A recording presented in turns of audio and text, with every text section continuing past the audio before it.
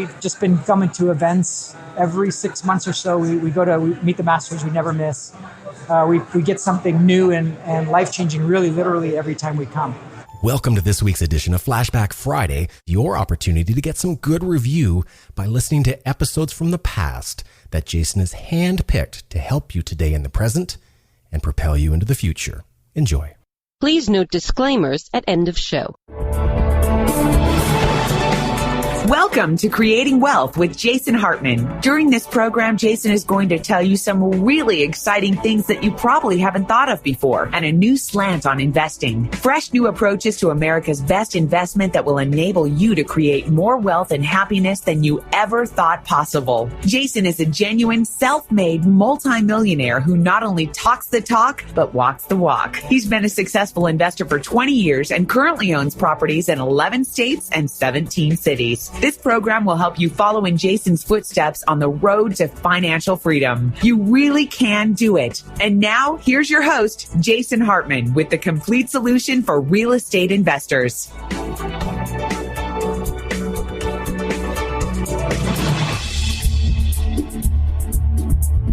Good day and welcome to the Creating Wealth Show. This is Jason Hartman, your host, and this is episode number 155. Thanks for joining me today. Few things today. First of all, we're going to talk about our predictions for 2010, and we'll get into that here in just a moment. I wanted to share with you some thoughts on the office space market and the retail market. And I think this will be instructive for you. It's really one of the reasons that we moved to our new office after being in the last office for just 2 years. We weren't there for very long. But I'll tell you, you do not want to be in the office market as far as real estate investing. When people talk about real estate investing and they say residential real estate, everybody kind of knows what that is. And then they say commercial real estate, and a lot of people really don't know what that means. And I think before we get into our predictions for the coming year, let's talk a little bit about the different sort of segments of the real estate investment markets for a moment. Now, of course, there's residential, there's housing, and we really like housing the best. That could come in the form of single-family homes, condos, apartments. Generally speaking, we don't like condos very much. We like single-family homes. We like duplexes, triplexes, and fourplexes, and then we like apartments. Now, why don't they call apartments sixplexes or eightplexes or 22plexes? Well, they could call it that, but generally speaking, I think the reason they don't call them that is because when it's 1 to 4 units, it's considered residential real estate. When it's 5 units and higher, it's considered commercial real estate or multifamily apartments. Now, we like multifamily. Most areas of the commercial real estate market, though, we don't like. So don't ever let people say to you commercial real estate, because that term is way too broad to be understood correctly. Here's an example. 2 segments of the commercial real estate market that are just a disaster, a massive disaster, are office space and retail properties. So let me just give you some realization that came to me about the office space market that I wanted to tell you about. So about a month and a half ago, it was a very stormy day, and I was walking with Sarah, one of our investment counselors you've heard on the show before, and we were doing our typical daily afternoon walk over to Starbucks. Now, right by our old office, there was a Starbucks coffee shop, and right near our new office is a Starbucks coffee shop. They've got a lot of those around. And we were walking there, and it was the middle of the day. It was like 1:30 in the afternoon.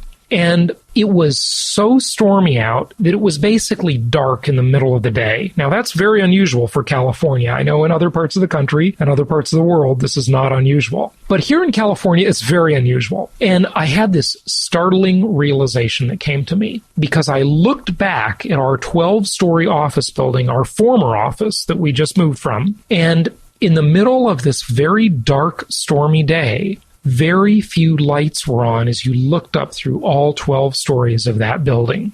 And it really, really shocked me. And then I looked across the street to the shopping center, kind of a single-level shopping center that's kind of a retail plaza that formerly had restaurants and a clothing store and a dry cleaner and some things in it. And that whole shopping center was basically vacant. And our office building was I don't know what the exact number is. When you ask the landlord, they'll tell you the vacancy rate's about 30%. But here's the thing. In the office world, they've coined a new term. They don't just talk about the vacancy rate. They talk about what's called the availability rate. And the availability rate includes the space within the building that is available to someone to lease because it's not really occupied, even though there is a lease agreement in place that someone has just basically defaulted on. Company has just left the space. And on the third floor of our old office building is the big shipping company, Maersk, who you've heard me talk about on prior shows. And they are moving their operations completely, I think, to Dallas. And they have that whole space up for sublease for about half the price of what we were paying in our space in the same building.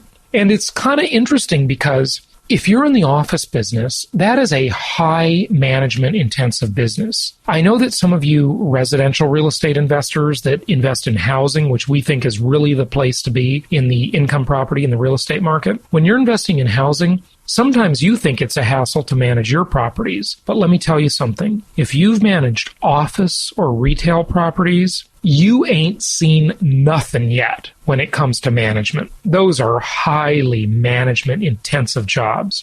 And just in 2 years, from our old office to our new office, which I love our new office, by the way, in Irvine. And by the way, I better give you the address of our new office. It's 3333 Michelson, Michelson Drive, suite number 280 in Irvine, California, 92612. Our rate in this move dropped by 29%. That's a 29% reduction in the rental rate in a mere 2 years. If that happened to you in one of your residential properties, you would have a fit. You would be totally panicked. Now, I know we have seen in some markets some declines in rental values, but let me tell you something. Compared to the office and the retail market that are just coming into their disastrous time, and it is going to get much worse for them, residential has maintained itself pretty darn well as long as you're in the right markets. And that's key. Geography is obviously key. The old thing in real estate is location, location, location. And the old saying in real estate is that all real estate is local. And those things are certainly true. See, people misconstrue that location, location, location concept to take it to mean that here in Newport Beach, right near me, we're in this place, Newport Beach, Costa Mesa, Irvine. These are called like the Tri-Cities. They're all right next to each other. You drive from one to the other. You don't even notice the difference. They're all just right here mixed together. And in Newport Beach, people say things like, well, my property here, my home, my office building, my retail property, whatever it is that I own, will always be desirable. It'll always maintain its value because it's right here on the beach, the coastline of sunny Southern California. And everybody wants to live here. Well, I've disagreed with that for a long time. I don't think that's true at all. I guess everybody wants to live here, ... at the right price. Obviously, this market is pretty darn bad here. And so many investors, I see them making so many huge mistakes because they're impatient. I just had an investor sit in my office a few minutes ago. And he's interested in looking at properties in San Diego. And he asked about Miami, and he asked about Las Vegas. Those markets are disastrous. I mean, they're a mess beyond mess. They're just terrible markets. Will they always be terrible markets? No, certainly not. I may completely change my tune about Las Vegas in the next 6 to 7 or 8 months. I may change my tune about California properties like San Diego in the next year or so. I don't know. This is what we do. We are area agnostic. We monitor these markets all the time. And when we like one, we're going to be recommending it to you. But so many investors, they fall under this spell. They think because it's a nice area, because it's a beautiful place, or because it has nice weather, they think those things drive value. Now, those things drive value, yes, I guess they do to some extent, but they don't make the property worth 160% or 300% or 600% of the value of a comparable property in another area. There's a ratio, yes. It's certainly true people will pay a premium for a location, but that premium is limited. Just because it's in a nice location doesn't mean it's a good investment. And that's what we're going to talk about as we talk about our white paper today on this show, as we talk about our predictions for 35 different markets around the country, including the 20 Case-Shiller markets, most of which are not good markets in which to be investing. But when you hear about the real estate market in the United States, you're pretty much hearing about the Case-Shiller index. And only about 4 or 5 of those Case-Shiller cities of the 20, that's only, 25% of all the cities in the index, are even worth considering at this time. In our eyes, we wouldn't touch the other 15 or 16 markets. 75 to 80% of the Case-Shiller index holds no interest for us because it doesn't work. It doesn't make sense. All real estate is local. Different segments of the real estate market are completely different. You can have a market where it might make total sense to invest in a house, but it might be a terrible idea to buy an office building, an office condo, a retail property. It just depends. You've got to be agnostic. You've got to get good advice from people who do this every day. And that would be yours truly and my team here at Platinum Properties Investor Network Incorporated. We are here to do that for you. We are here to watch those localities, to watch those market segments, and to make sure we are recommending the best possible thing at that time. All real estate is local. Different segments of the market are very different from one another. So, a couple things. We've got a new thing that we'd like you to join us for. On February 24th, we have a conference call coming up where we're going to talk about our Creating Wealth Bootcamp. And we're going to give you kind of a nice preview of that. If you have not attended it, or if you have not attended it in the last 6 months, you will definitely want to be on this call. You can register for that call. It's totally free at jasonhartman.com. And we're also going to talk on that call about our new, and this is totally new, we've never done it before, but a lot of you have been asking for it, so we're going to do it for you. We're going to talk about our Creating Wealth Bootcamp telecourse, where it will be a online web-based course over 6 weeks, where you can interact with me, you can interact with the other speakers, and you can see the visuals, the PowerPoints, the slides, and things like that. You'll hear from different market specialists around the country, and we'll do this over the course of 6 weeks. You have been asking for this for a long time, and we're finally delivering on it. So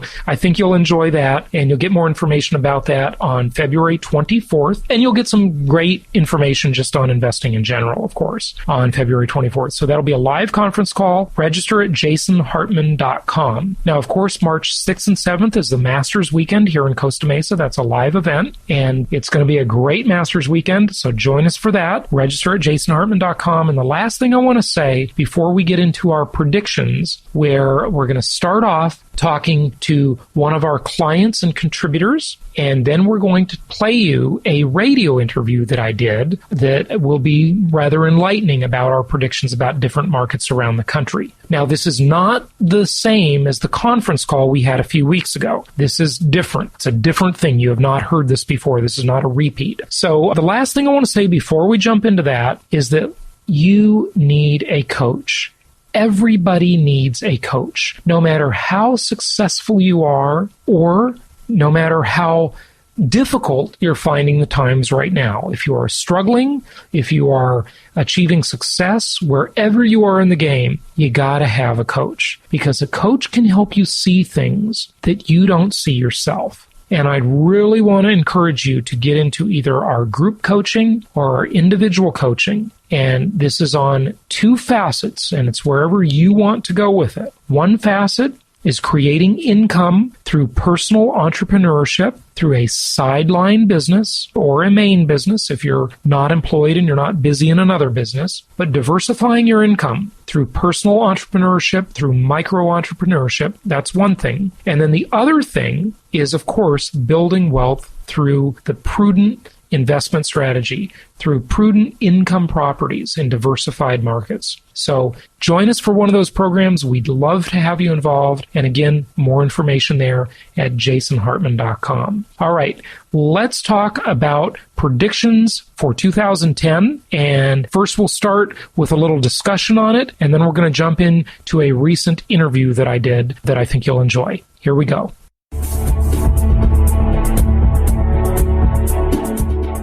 Let's talk a little bit about the white paper that we published that went out in early January, where we followed it up with a conference call that included our predictions for 2010. Now, we did these in a very unique way, and so far as I know, nobody else is doing it this way or has ever done it this way, because our white paper, instead of just predicting appreciation or depreciation for various markets, our white paper actually does a complete ROI build, meaning what is the return on investment of this income property asset in that specific city or that specific metropolitan statistical area, that marketplace. And it considers the multidimensional nature of an income property asset. So again, a much clearer, much more accurate view of the market. But we didn't just talk about real estate per se, an income property in this white paper. It's 40 pages long. We talked about several other aspects of the economy and the geopolitical environment. And I have Doug on the line with me to talk to us a little bit about the white paper today. Doug, how are you? Not too bad. Good. Tell us what your thoughts were on the white paper in putting it together and helping contribute to it. The thing that I thought was the most interesting, and I'll go ahead and give myself a little pat on the back of vindication here, was that the primary political trend that we forecasted in our white paper was a moderation of the political tone in Washington, D.C. in 2010 as the midterm elections approached. And as we all know, Scott Brown won the Kennedy seat, and all of a sudden, the super far left Congress and Senate is suddenly starting to get quite a bit more moderate. In fact, I believe it was just the other day that President Obama said that he's okay with bankers getting bonuses as long as they're in a free market, whatever that means in the current context. He's talking out of both sides of his mouth. But what's interesting is that prediction already came true just shortly after the white paper was published. I thought it would take until the middle of the year before things really started to tack center, but things just pulled hard center. Right, yeah, they sure did. Well, what were your other thoughts on the white paper? A few of the other things that we were really looking at when putting the white paper together was what are some of the things that are going to be happening with interest rates and Federal Reserve policy? Because the tenuous situation the Federal Reserve is in right now is that they've floated a whole bunch of extra capital out into banks, and right now the banks aren't lending the money. And the reason they're not isn't because of some evil conspiracy. It's because the Fed funds rate is so low that the banks are better off just borrowing money and then buying treasuries and then pocketing the spread. But what will happen is eventually when things start to recover and when there's more viable loans available, you're probably going to see more banks start loaning out money, which is going to create inflationary pressure because, as we all know, the way fractional reserve banking works is that $1 of reserves can be turned into $10 of loans. That's in the U.S. In England, it could be turned into an infinite amount of loans. Right. And what people need to understand about fractional reserve lending is that money is created because it's loaned into existence. So, for example, if I have $1 million and I loan you $1 million, if someone asked me before I made that loan, how much do you have? I'd say $1 million. And then if I loaned it to you, I would take a note back. And if someone asked me that day, how much do you have? Like, what's your net worth? I would say, well, I've got this note for $1 million, so I'm worth $1 million. Now, of course, that's as long as you, the borrower, pay me back. And then someone would ask you, what are you worth? And you would say, well, I got $1 million. So that's just a kindergarten example of how money is loaned into existence, right? There's actually another layer on top of that, because that's if you're a Jason Hartman person. If you were the bank of Jason Hartman and you had your $1 million, you could loan me $10 million and still be within the regulatory requirements. So then what happens is you have $1 million that just got turned into $10 million that I've taken out in the loan and presumably spent on either investment capital or inventory or marketing or something or another else, presumably some kind of viable business alternative. I mean, I might have just decided to go to Vegas and blow it. I mean, that certainly happens too. But what happens is when a bunch of this reserve capital starts getting loaned out, it gets loaned out at a multiplied rate. So, a lot of people see, $800 billion of unloaned reserves. And they say, okay, well, yeah, so what? There's trillions of dollars out there. But $800 billion of unloaned reserves can be turned into $8 trillion of currency almost overnight. All banks have to do is decide they want to start underwriting loans, and we can suddenly see the money stock inflate by $8 trillion.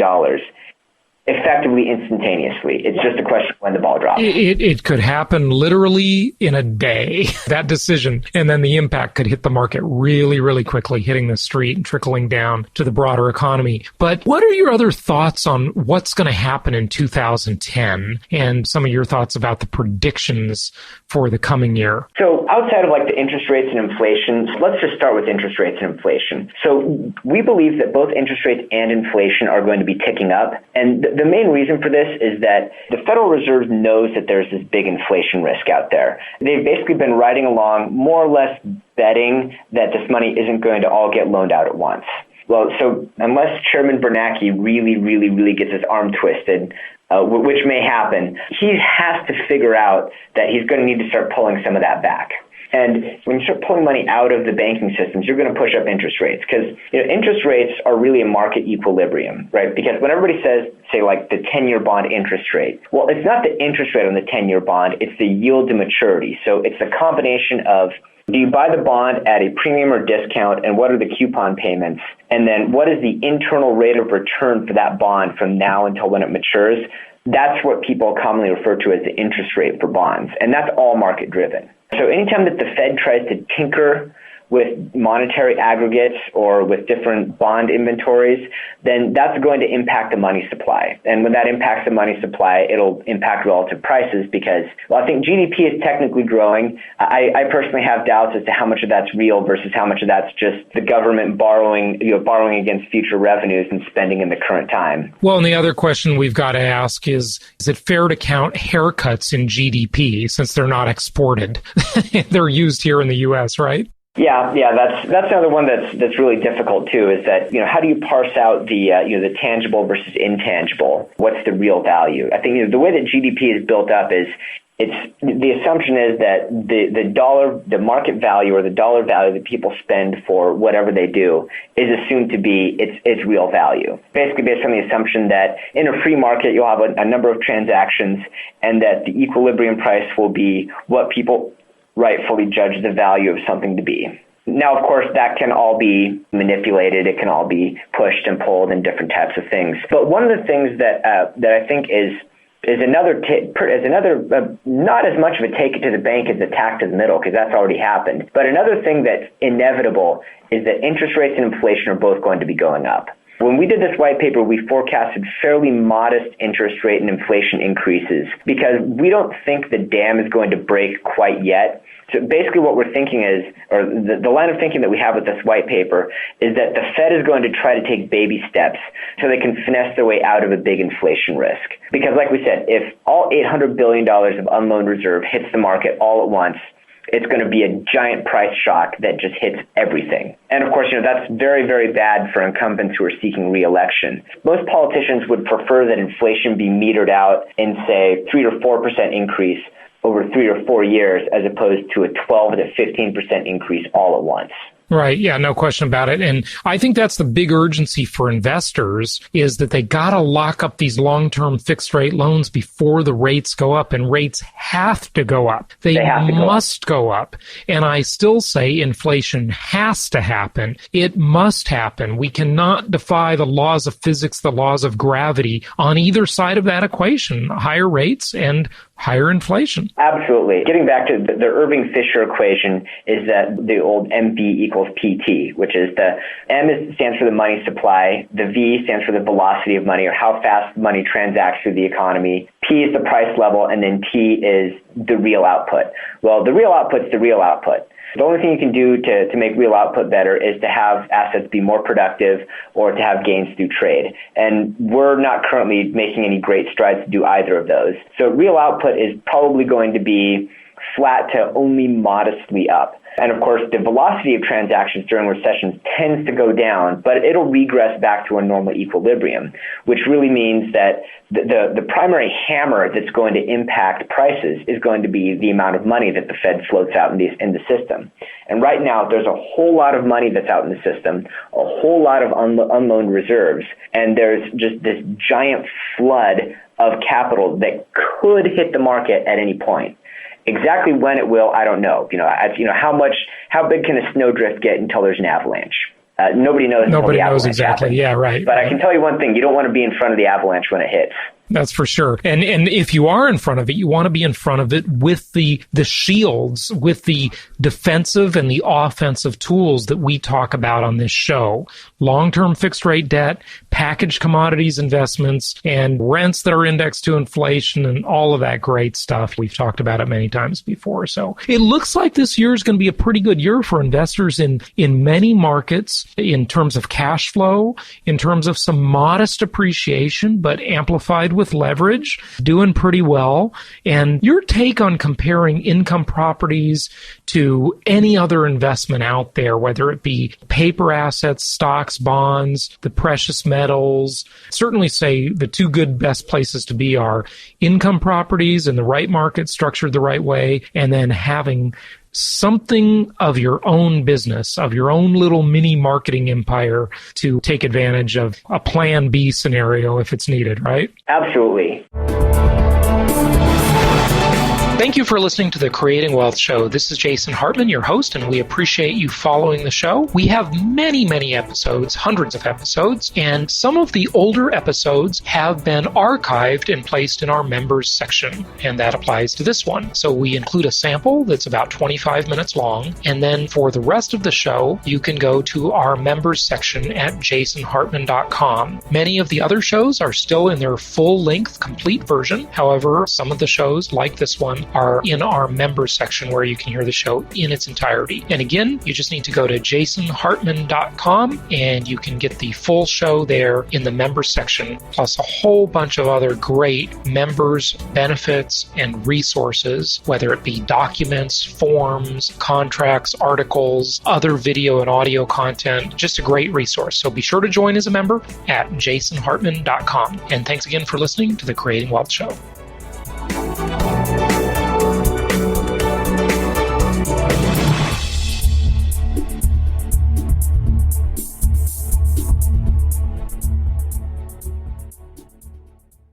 This show is produced by the Hartman Media Company, all rights reserved.